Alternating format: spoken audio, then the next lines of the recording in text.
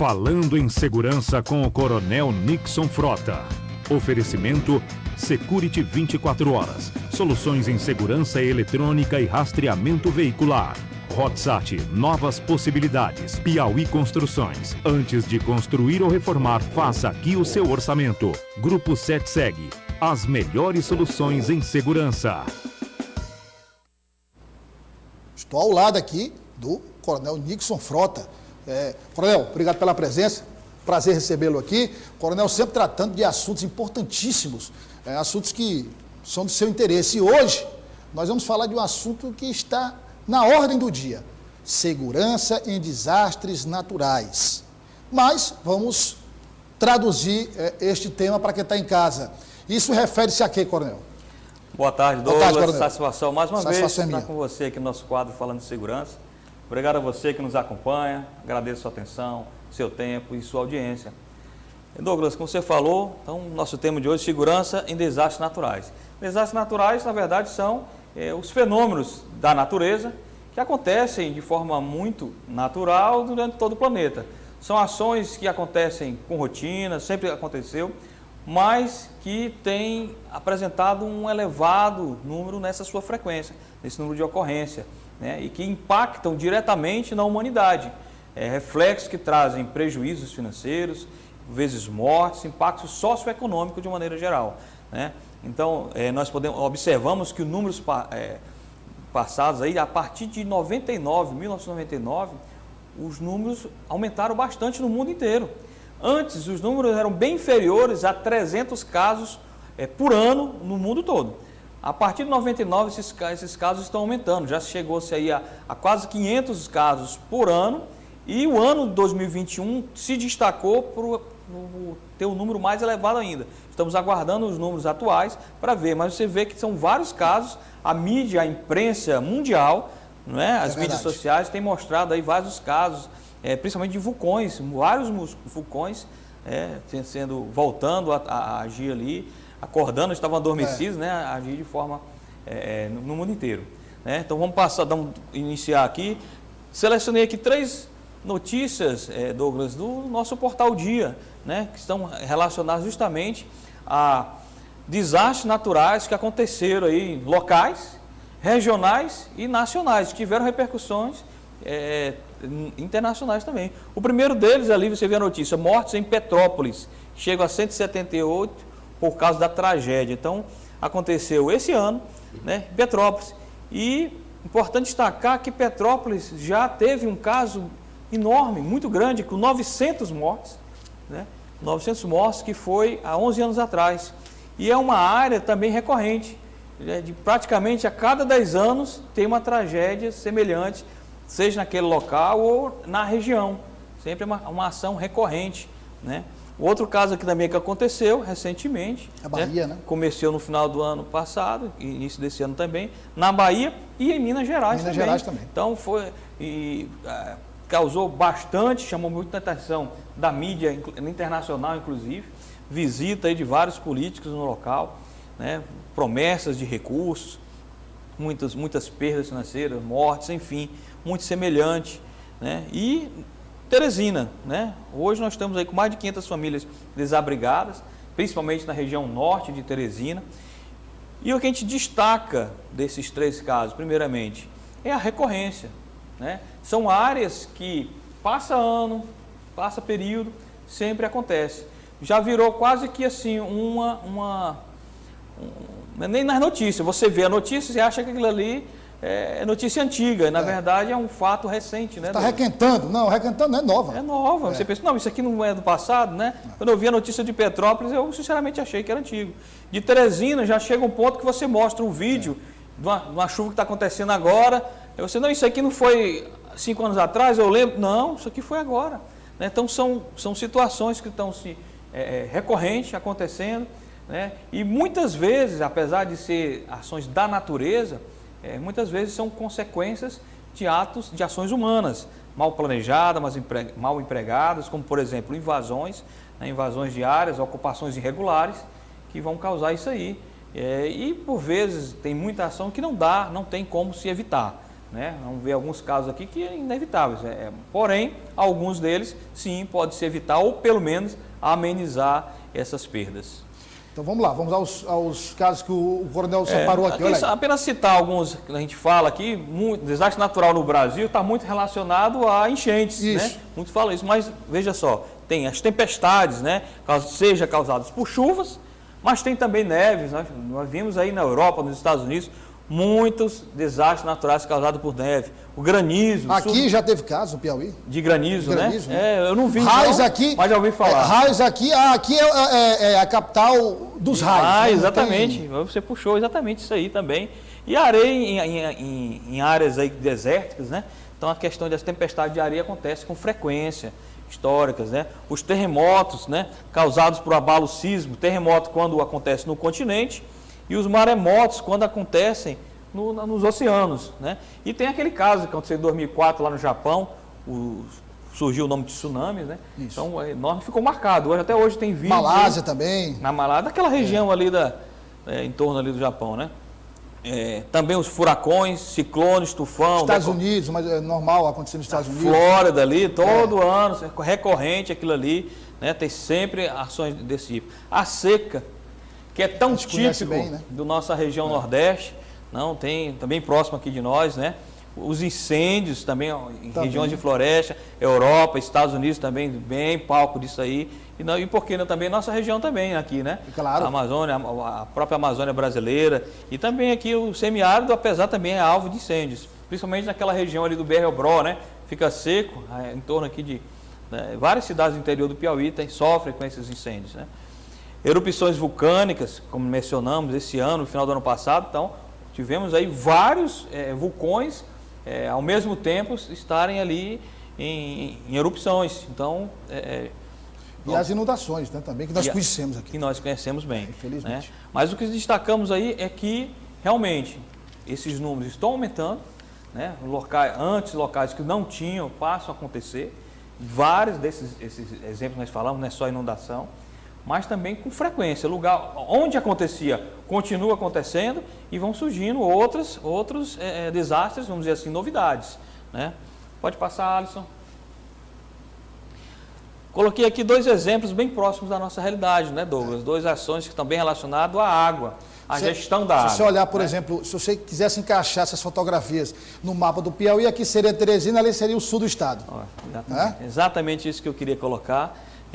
Você vê que Nordeste, água, tem muita relação com a gente, esse problema da gestão da água. Então, enquanto no mesmo mês, ou talvez no mesmo dia, nós tivemos aqui na capital um problema, excesso de água, no mesmo momento, chuva e falta de estrutura já, e não é novidade de agora, né? Isso aqui já é carimbo, Teresina já tem esse carimbo, infelizmente, de rótulo, de choveu a lagoa, já tem décadas isso aí. Quando eu cheguei aqui em 2017, eu estranhei, Douglas, eu cheguei em dezembro de 2016, perdão, eu estranhei, achei assim que chovia, o pessoal não queria sair, o pessoal tem medo de chuva. Depois só foi ver agora que eu moro aqui, eu quero ficar em casa. A gente passa a entender que realmente os riscos são grandes, e que esses pontos de alagamentos principalmente. E por mais que a imprensa procure divulgar, explicar, falar, mencionar, ainda tem gente que insiste em quebrar essas regras. Né? Nós comentamos aqui, no Falando de Segurança, aquele ponto que tem ali na Homero Castelo Branco, próximo ao supermercado Pão de Açúcar, que é uma região conhecida, que tem alagamentos graves, já teve ali gente tendo prejuízo financeiro, gente se acidentando, né? Falecimento esse ano de uma moça que insistiu em querer passar naquele local com o momento da chuva, o momento que está alagado. E essa semana já teve, apesar de estar tudo bloqueado, no momento da chuva, carro querendo quebrar as barreiras estão ali para passar, quer dizer, insiste, né? Quer dizer, é muita teimosia, difícil, né?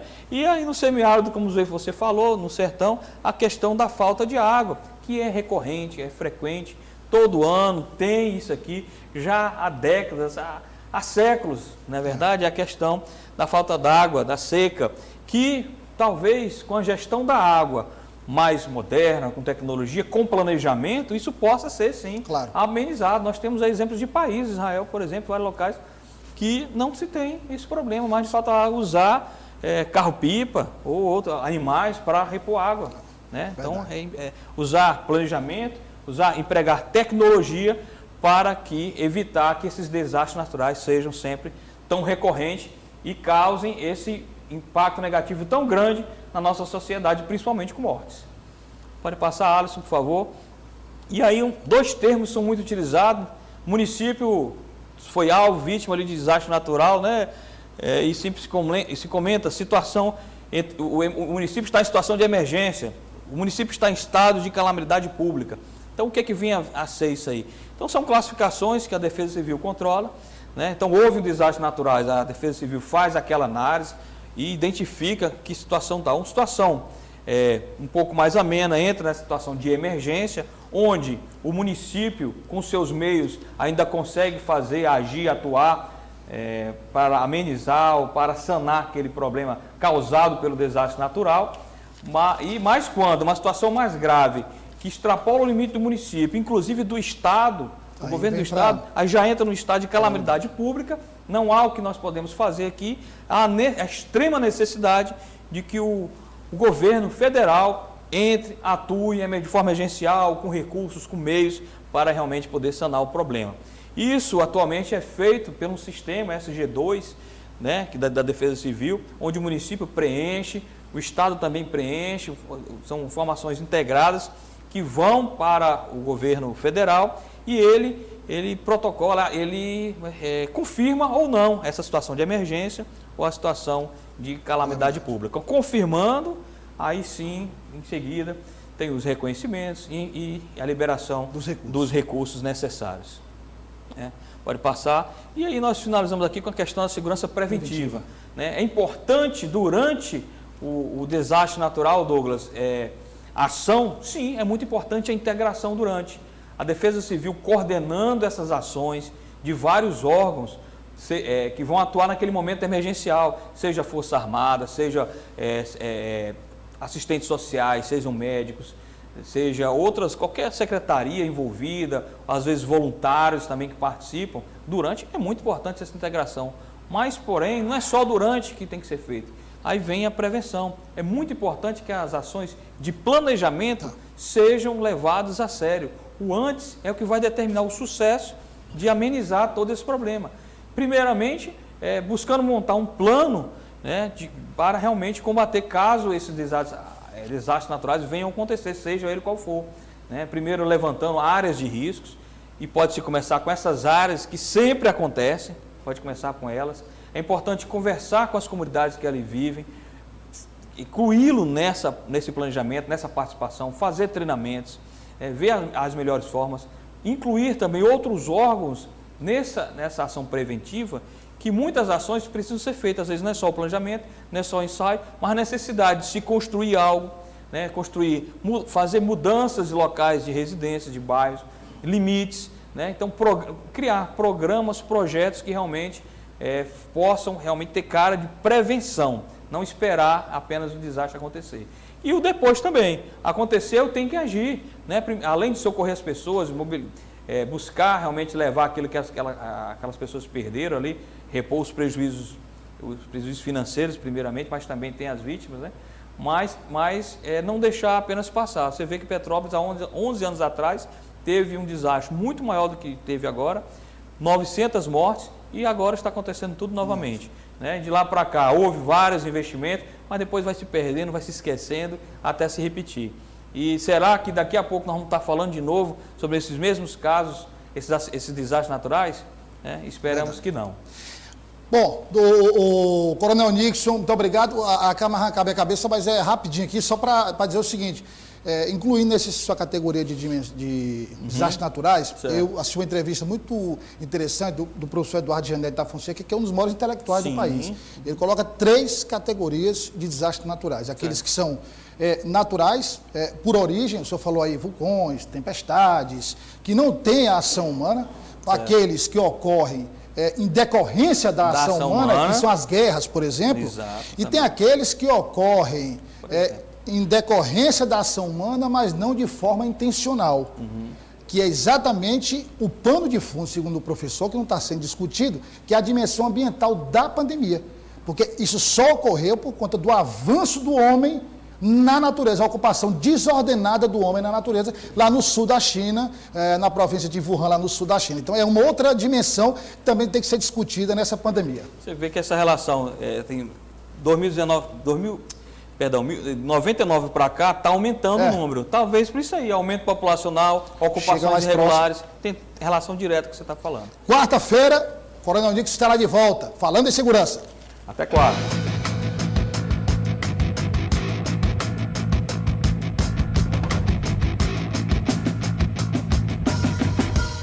Falando em segurança com o Coronel Nixon Frota. Oferecimento Security 24 horas. Soluções em segurança eletrônica e rastreamento veicular. Hotsat, novas possibilidades. Piauí Construções. Antes de construir ou reformar, faça aqui o seu orçamento. Grupo 7 Seg. As melhores soluções em segurança.